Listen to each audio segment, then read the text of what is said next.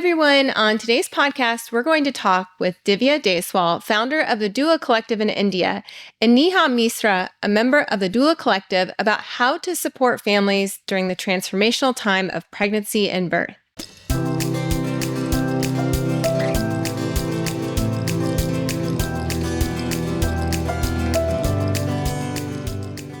Hi, everyone. My name is Rebecca Decker, pronouns she, her, and I'll be your host for today's episode. I want to give you a heads up that in this episode, we will be talking about birth trauma. And now I'd like to introduce our honored guests. Divya Deswal, pronouns she, her, has been a birth worker since 20 years and has mastered the art of working with expectant families through reproductive and parenting journeys. Divya is a doula trainer with the Doula Collective, leading culturally sensitive, trauma-informed doula training in India, while also serving as a mentor of the Association of Pre- and Perinatal Psychology and Health in the USA.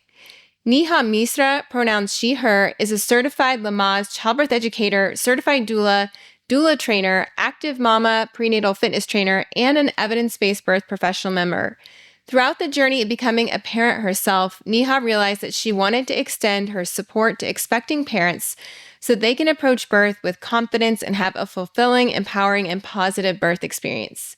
Together, Divya and Neha are passionate about supporting birth workers, and they're actively involved in birthing communities across India, specifically through the Doula Collective, which is a unique doula training program and sisterhood of doulas from across India. Divya founded the Doula Collective India, a culturally sensitive, trauma-informed, holistic doula training and mentorship program, and Neha helps run the training program and the community that now has more than 45 doulas across India. I'm so thrilled that both Divya and Neha are here. Welcome, both of you, to the Evidence-Based Birth Podcast. We are thrilled to be here, too. Thank you, Rebecca. We are delighted to be here as well. So, Divya and Neha, you work with this amazing doula collective in India, and we were connected through Sarah Aylshire, who is our evidence-based birth research fellow this year, working closely with me. And she has had so many amazing things to say about your doula training program that she took part in. Could you talk to me a little bit about how you put together the Doula Collective and the mission to serve parents and birth practitioners in India? So it started with a dream. And the dream was to support women. And then I found myself really alone. And when I first started working, not did I find that the training, I was left to do everything like a checklist on my own, but also there was nobody to talk to. And culturally, we have a very strong culture around birth, which means we have traditions of prenatal and postpartum. And I was exposed to all of that living and growing up here. In fact, in every household, we had a room where women would go and give birth and then they would spend their postpartum period there. And then suddenly I found that while I wanted to do what we had done traditionally, I found myself very alone. So the first thing that struck me was that how could you offer support to somebody if you haven't felt it yourself? And that was the seed from which the Doula Collective was born, that I wanted to have a program where everybody supported everybody else. We had an embodied experience of feeling supported, and then we would go out and offer that. And that's where it started.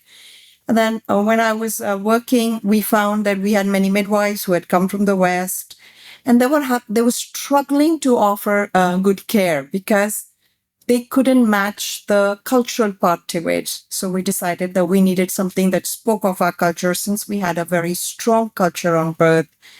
And I had a wonderful mentor, Janet Chawla, who was working with the indigenous midwives. So I got bits and pieces from different parts of the country, which showed us how rich it was anyways.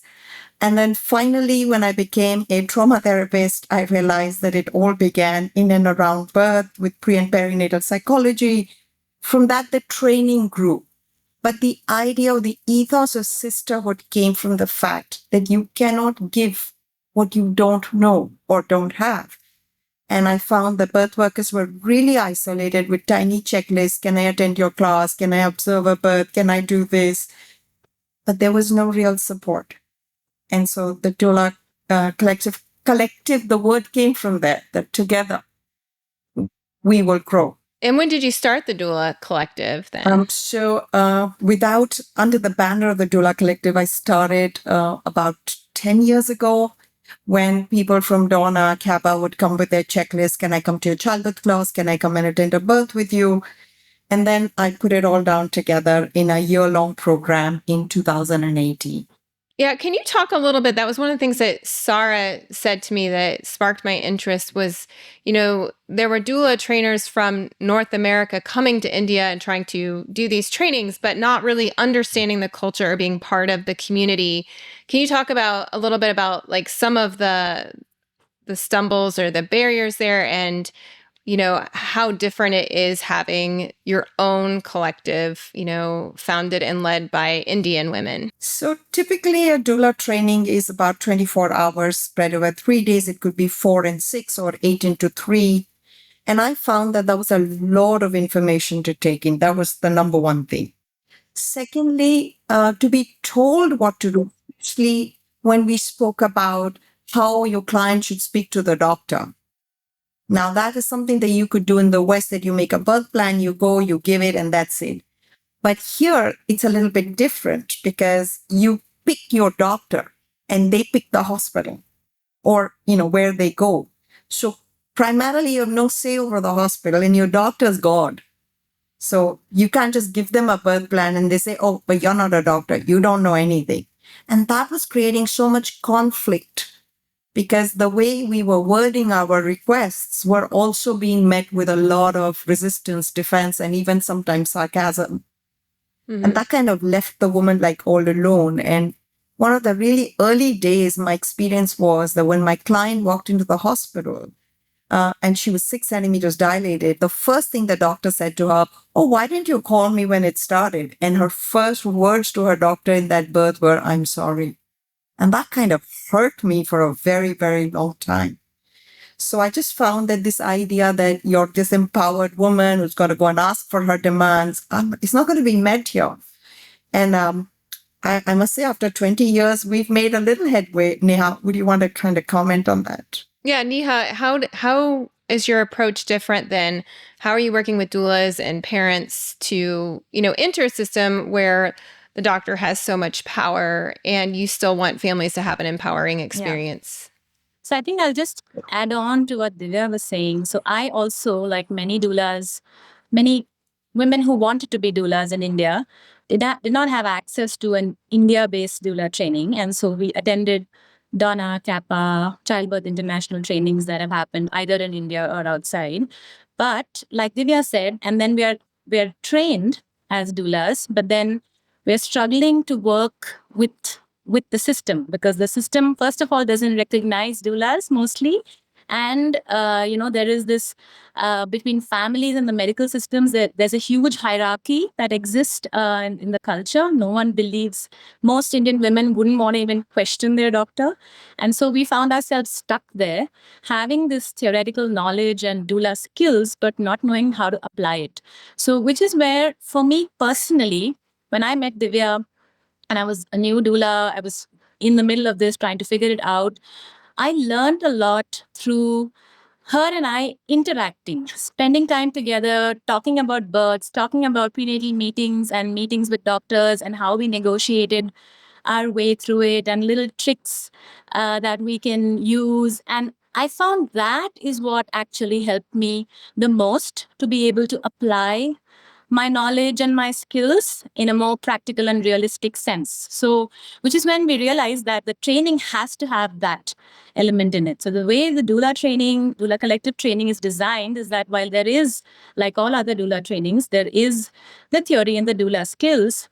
That is one part of it. But the interactions in the group, discussions, activities, we meet and talk about birth stories and experiences that we had with clients, with doctors, really helps us then to understand what to do with this information. So it's a very layered learning in that sense. And because it's over a year, there is more time and a lot of interaction. We meet online every week for like a year through the training program. And then we also then meet locally in cities as well as have like an annual doula retreat. So bringing in that interaction was a very important aspect of it. And to answer your question in terms of how we are operating in this system, we're all just figuring it out. I mean, there are times when, you go into a hospital and the doctor doesn't look you in the eye because they do not recognize they've never heard the concept of a doula. And even if they have, they do not see the value of a doula. And they often look at doulas as an intruder in their space. So there is that hostility that we do experience sometimes. But there are also doctors who have worked with doulas and see how births go better. And they're not sure why or how. And so, kind of we're trying to negotiate our way through those care providers, I would say, into working in the Yeah. system. There's another idea that I'd like to say here is like when we say empowering births, the idea of power culturally is different for women. Okay. And it doesn't always have to be resistive or assertive or strong. It could also be resilient.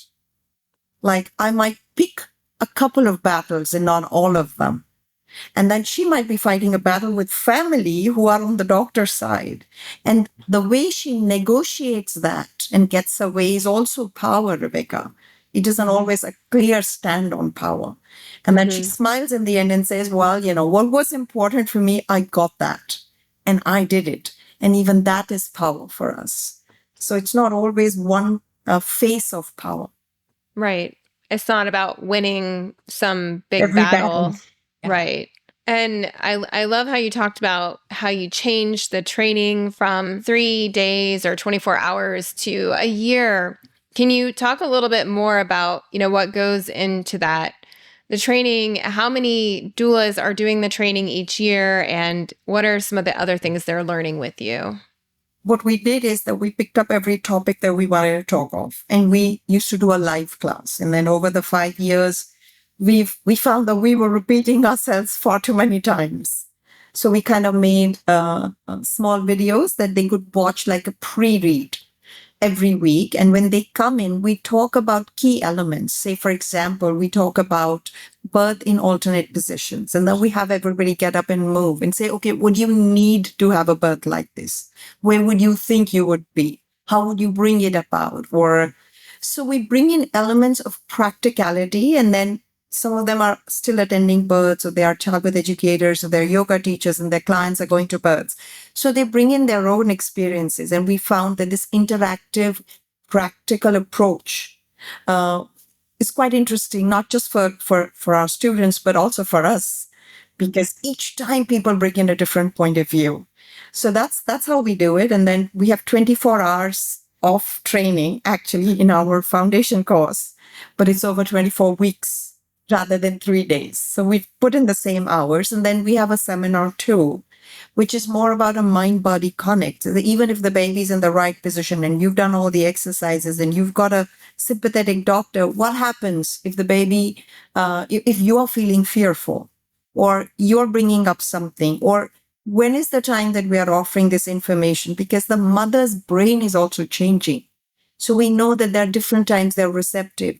Or what happens when the baby was in the right position, but now is stuck at, say, mid-pelvis? So that's our second seminar. And the third seminar, we totally talk about creating a field of safety. So we say that our support work or our doula work is a field phenomena. When we hold that field of safety, doctors feel it. They don't know what it is because they've never felt it, but they know that it feels okay. And so that's how we run the whole program. So it's 24 weeks, then 14 weeks, and 10 weeks. So it's almost a year. And how many people? I think Neha can answer that better. Yeah, no, I'm just saying that the curriculum is actually bringing together Divya's learnings across different fields. So she's been a doula, but she's also a trauma therapist. She's a somatic experiencing practitioner. She's a craniosacral therapist and a pre and perinatal psychology mentor. So the curriculum is not just about supporting labor. It brings in a lot of these other aspects to it, and which is why we say it's layered because.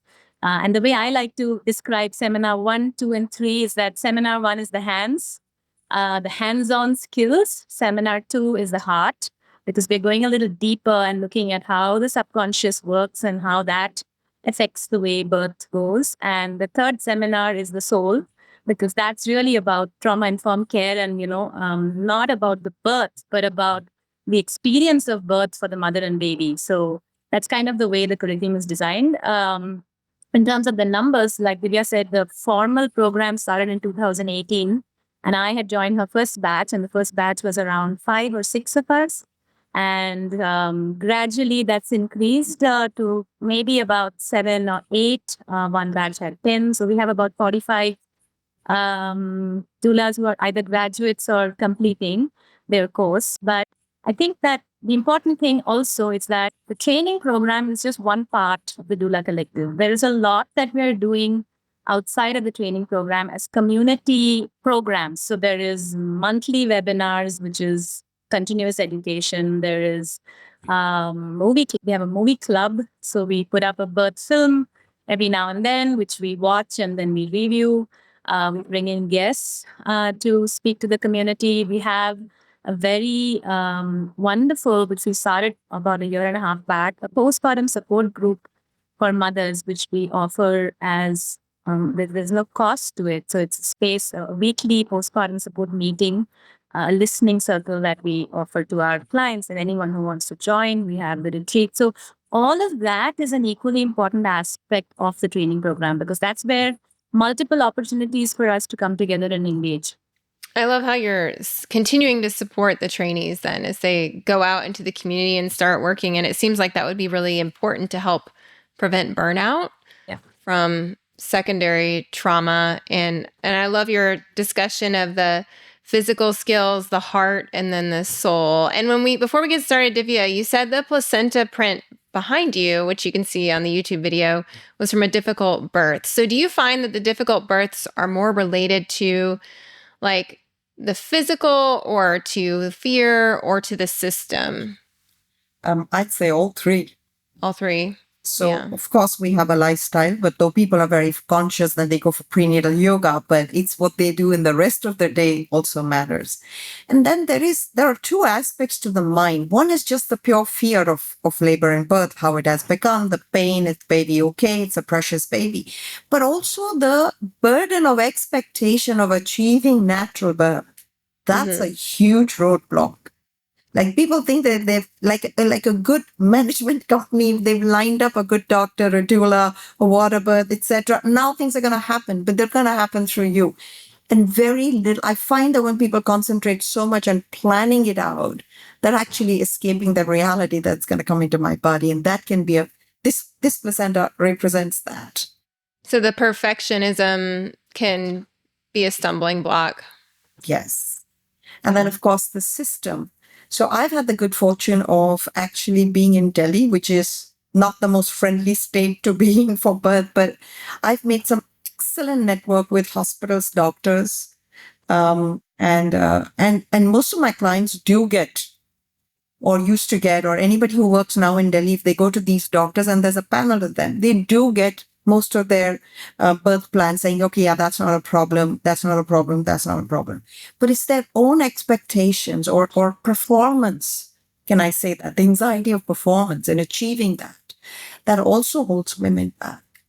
And we don't acknowledge that. Neha, what stumbling blocks or barriers are you still seeing? So definitely, I would say being able to walk into a hospital or labor room is a big stumbling block. So like Divya said, over the years, we have built, a comfortable, respectful relationship with some care providers wherever we've worked for long. But those are few because most don't know. And like I said, it's a slightly hostile environment for doulas. So for a lot of facilities, the doulas are just not allowed.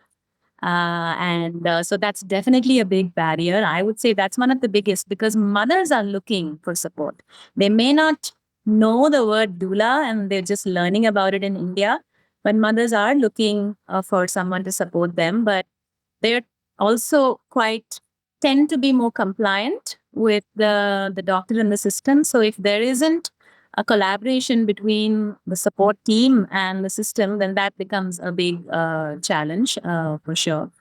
So what are the visitor restrictions then? So usually the standard protocol is one support person.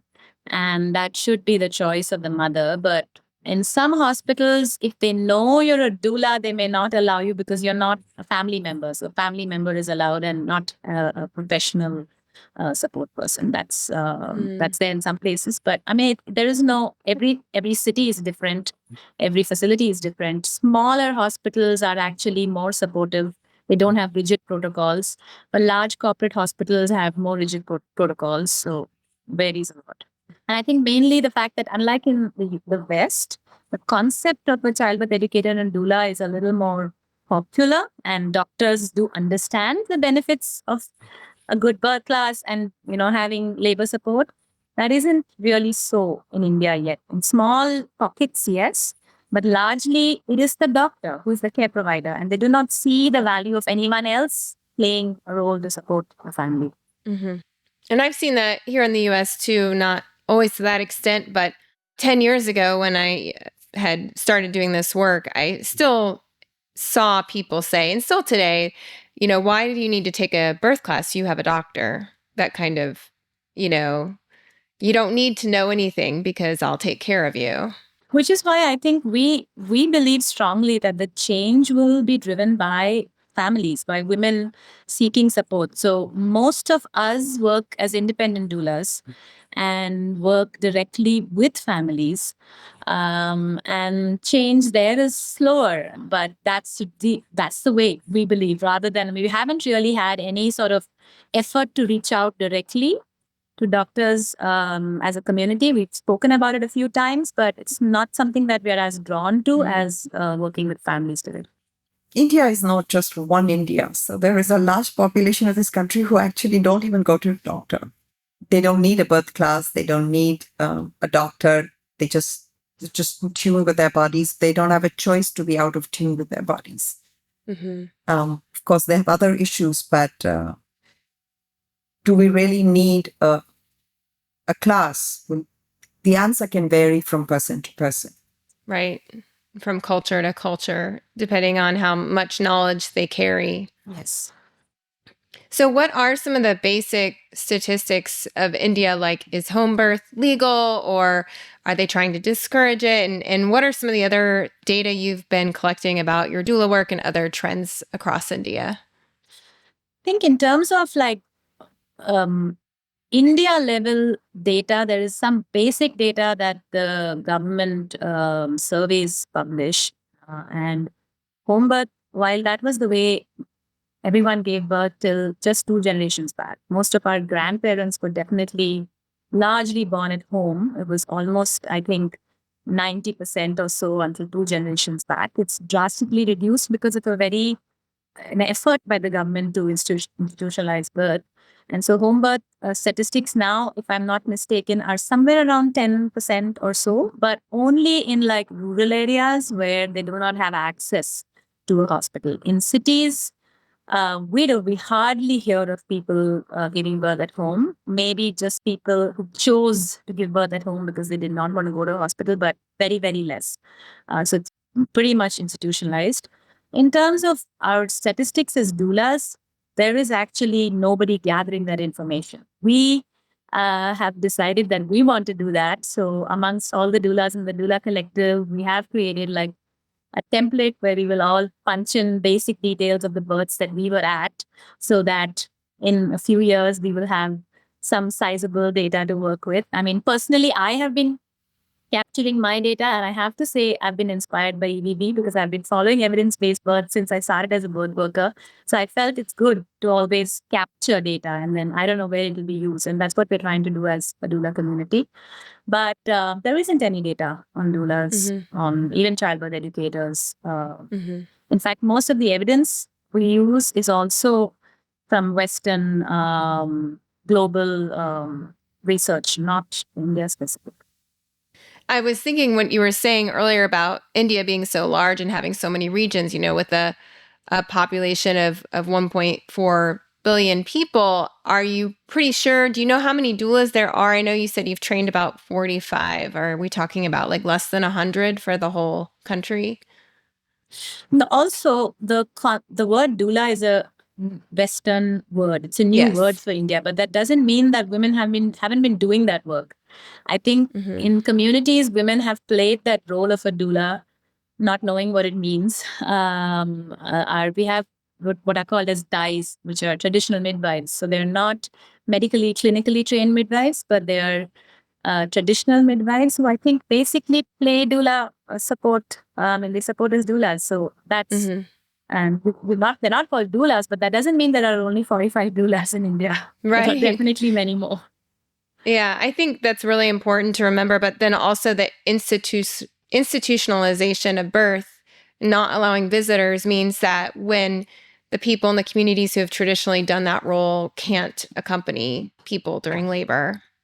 They're also actually looked down upon. Yeah, so there's a cultural context to it. Women who did this work was dirty work, quote unquote, they were called that way. And so, in a system of a hierarchy, they weren't really high up there. And women learned from apprenticeship. They learned this work between mother-in-laws and daughter-in-laws or aunts and nieces, and they would just carry the tradition forward. So they're actually called TBAs, or traditional birth attendants or assistants. They're not even called midwives. We call them indigenous midwives of DIs. And so do Indian women have support? Yes, they do, because the role is also played by family. So in large joint families, they used to have a room for childbearing, and there were many sister-in-laws and other people having babies. So traditionally, women would accompany other women, and there was a culture of massage, heating the body, all of that was there. There was no scientific basis on it. So like you're saying, so therefore, it's not illegal to have a home birth in India. It's neither legal nor illegal. It just is.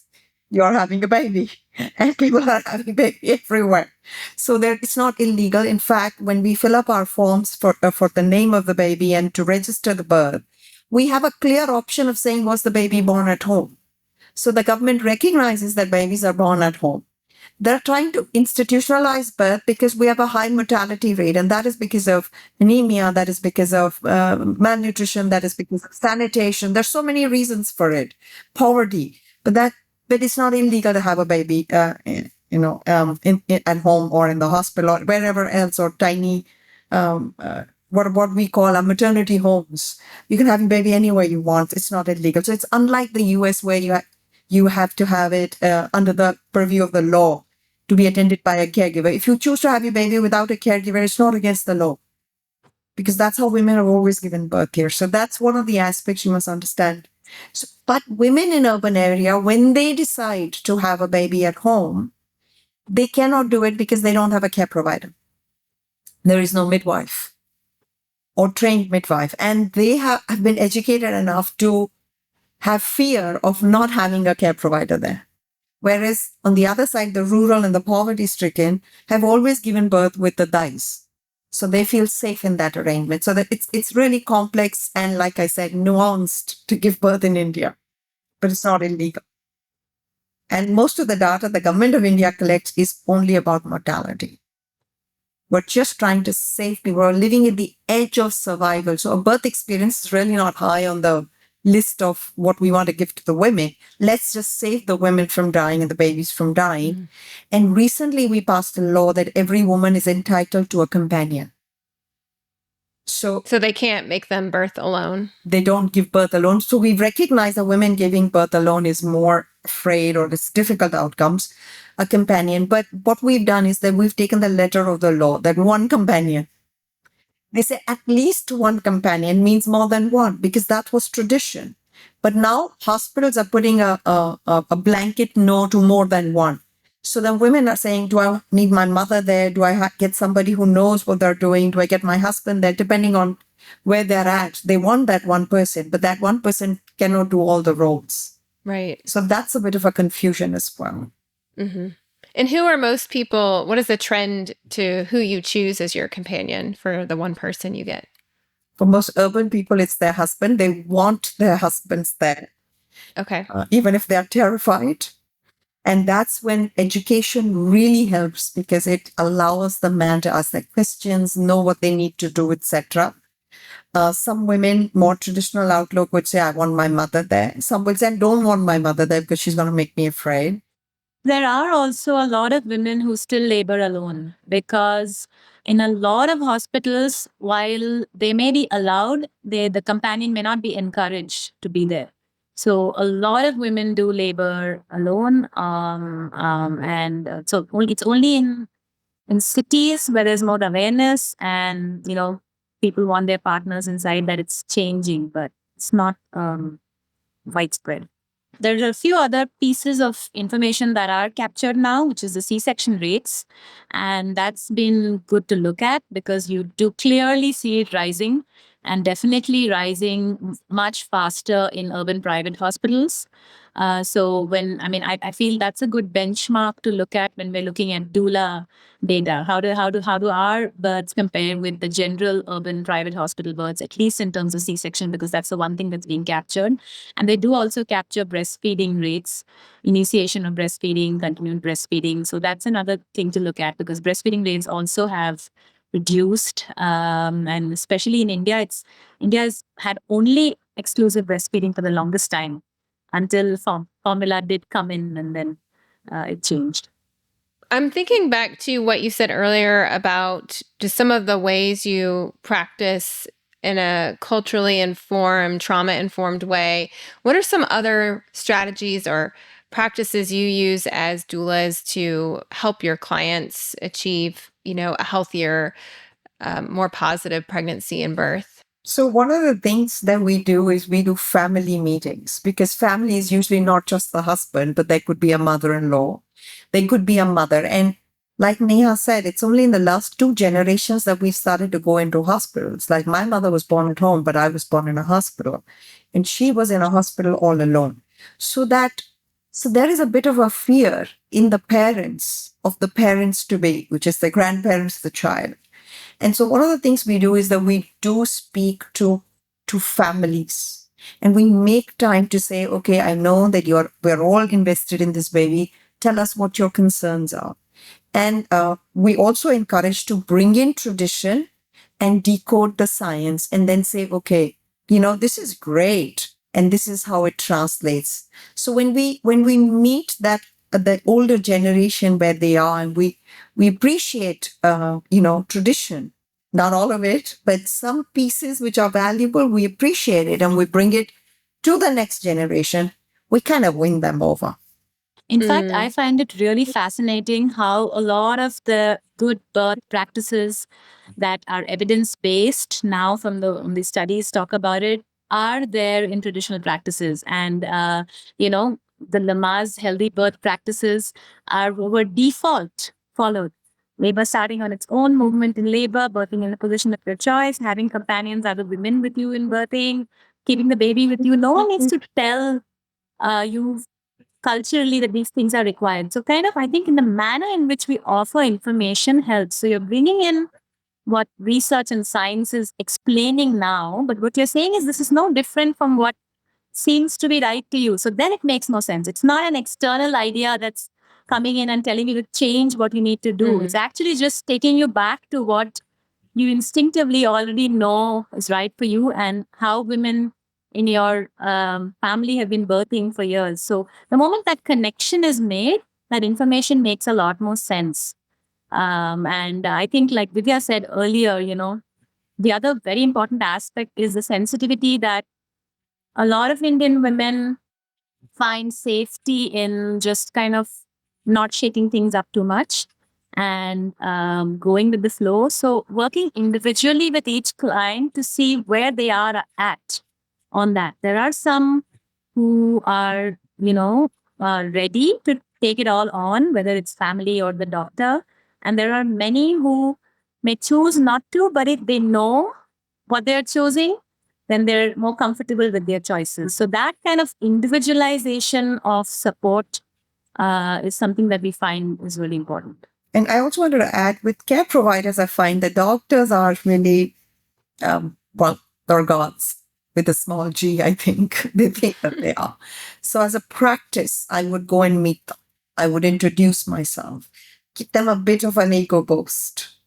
Just say, and then my wording would be something like that, saying that I'm so happy to come and meet you because ultimately I want to support you to give this woman a good birth.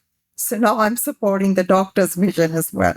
And that's where they say, then I clearly say that I'm a doula. I will not be doing anything medical. We'll be deferring to you. I'll be here to hold a hand. We know when they're less anxious, things go better. And most doctors agree with that. Mm. So that was also one of the ways of bridging and making a relationship. And then, of course, during the course of the birth, they do see the difference in a woman when she's more in her body, she's less stressed, they're asking the doctor less questions, nobody's hassled. Then they'll come back and talk to you again and saying, yeah, I think that's great. We can work together. And that's how I make bridges with doctors.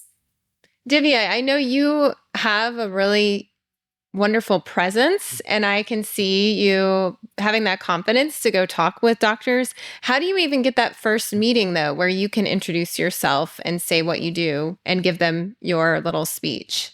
20 years ago, I went to doctor and I was shown the door saying, well, you know, I'm a doctor. And then I did meet a really good doctor. And I had just come back from the US and we wanted to do a water birth. And then, I kind of held her hand and developed a relationship. But it's also a society which says, oh, if you've done it, I want to do it too. So that kind of brought me a little bit of a, let's say, good publicity. And then the confidence came. But believe me, 20 years ago, I'm a civil engineer who had a child and decided that, nobody should be alone at birth. And then got pushed around from one big hospital to the other till I found that one good doctor. And that was the starting point. But I think that if you have passion and that you've put your heart and soul, confidence is a byproduct. Neha, what about you? How have you built bridges with medical providers? I think that I also did try that, just when I tried to reach out directly to a doctor to meet them, but I realized soon that wasn't working. What always worked is when I met the doctor with my client. So if my client has developed a good relationship with their care provider, and they are then keen to introduce this other person who is part of the team, then it works very differently. So I always encourage my clients to, of course, you do need to do like a selection of who you want to go with. But once you choose your care provider, you have to work towards developing that mutually respectful relationship. And when you have that, at the end of the day, they're human beings too. And in that kind of a warm relationship, bringing in this other person who's here to help us, to have the kind of birth that I want to have, changes the dynamics of that meeting. And then they're not seeing you as someone who's an outsider, but they're seeing you as part of the existing relationship that they have with their client. So going to a prenatal client with you is how you got that face-to-face time with doctors. Definitely. Okay. The two things we realized about doctors is the first one is that they themselves are quite traumatized. The medical system is quite traumatized, so they deserve kindness because we're all at the edge of our defenses are really up. So that's really the big thing. And the second thing I believe is my vision for the collective is that if I've already made inroads, then nobody has to reinvent the wheel. So we do take mentees, those who are still studying with us to meet the doctors we already have relationships with. So it kind of has that building block effect. I learned this skill by just accompanying Divya for prenatal meetings. And now we believe that that's what we need to pass on to our other doulas. So typically we invite one more trainee doula to join us for prenatal meetings. For birth, it doesn't always work because you can't have people standing and watching, as we know. But at least for prenatal meetings, witnessing that interaction, you gradually learn these subtle skills of how to find your way in. And I would say that these subtle skills are equally as important in the hospital when you're operating with nurses and duty doctors. So one is, of course, the main consultant care provider. But then in the hospital, there will be other duty doctors, there will be nurses, and kind of having like this comfort with them is another trick. And I feel that if you see them as human beings and you kind of address them by their name and you introduce yourself and you have a little bit of a chat or a cup of coffee with them, suddenly they're like open and they drop their guard because now they're not seeing you as a threat, but They see you as an ally, and kind of those are the ways we. And it doesn't always work. Sometimes it works. Sometimes it backfires, and just figure it out on the job. And that's the importance then of the weekly meetings you're having with your doula collective, right? Yeah. So that you can talk about the These difficult things. scenarios. Yeah. Absolutely. Is there anything else you want our listeners to know, to learn from you today? Speaking to newer doulas or to expecting parents? I want to talk to other doulas. There are two things very clearly. One is that women energies are different than men energies. I truly believe that. We're more collaborative in nature. In our culture, we say Purush, which is male energy, and Prakriti, which is feminine energy, but it's also a literal translation of nature herself. So it's a little bit wild, but it's kind of energetic, where Purush is more mass, more stable, more, straight path. So feminine energies don't pass down like a hierarchy or like from generations in a lineage, but it moves from woman to woman. And typically, my mentor's daughter, I was the doula for my mentor's daughter. And I just asked her, saying, why is she coming to me? I mean, she has you as a mother. And she says, that's not how women's energies will pass. They will go from women to women. So I gave it to you, and now you're offering it to my daughter. And then it so happened that Neha mentored my daughter. So that's one of the things I want to tell everybody, that while the world model may be competitive or career oriented, women energies are collaborative in nature. The more you share, the stronger you grow as a collective. So that's the one thing I want to tell others. And I also say that we have a community which is not restricted to just the students of Doula Collective. Our community is open for everybody. So we're willing to host people who want to share their knowledge and invite people who want to come and be a part of our community activities. So those are the two things I wanted to say to doula sisters. And since Neha's working actively with expecting mothers, I'm going to leave that for her to say. And Divya, how can people find the Doula Collective, other doulas, or people who want to train? How can they find you and get connected? We have a website. It's called the Doula Collective, one word, .in. Okay. And we have an Instagram page. The Doula Awesome. Collective. We'll share that in the show notes. Both of us deeply and strongly believe that this sisterhood is really important amongst birth workers, because we do see a lot of people trying to do something, but when you're working in isolation and you're working in silos, it becomes really hard. So, finding ways in which we can come together. When we come together, we realize there's no competition between each other. There are enough people having babies, and there is a lot to be done. So it's not like we're going to take away each other's work, but actually together we're able to be much more impactful.